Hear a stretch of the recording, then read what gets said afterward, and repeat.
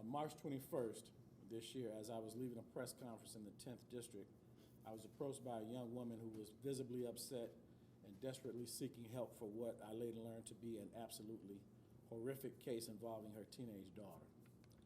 The woman told me that her daughter had been missing for more than 24 hours, and she showed me snapshots of a video which depicted her daughter being sexually assaulted live on the internet. No woman should ever be treated the way this young woman was. But I want to tell you, the young men responsible, they should be ashamed of themselves. They've humiliated themselves, humiliated their families, and now they're going to be held accountable for what they did. On the 19th of March, it was the last time our victim was seen.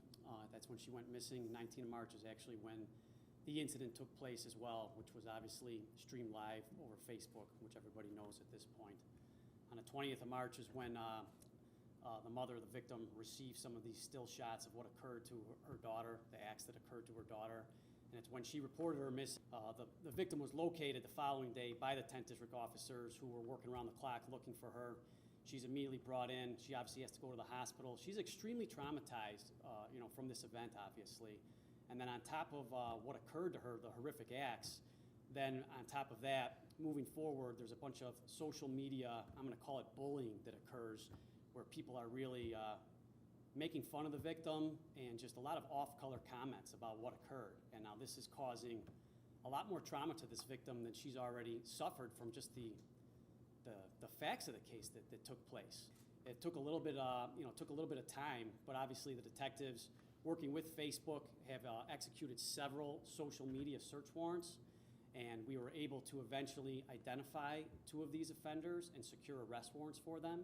One of the offenders, 14-year-old, was arrested by the same 10th District officers who were working alongside the detectives these entire days. That individual has now been charged.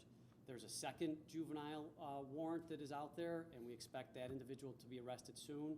And then additionally, we still have several other offenders that we need to specifically identify and arrest as well.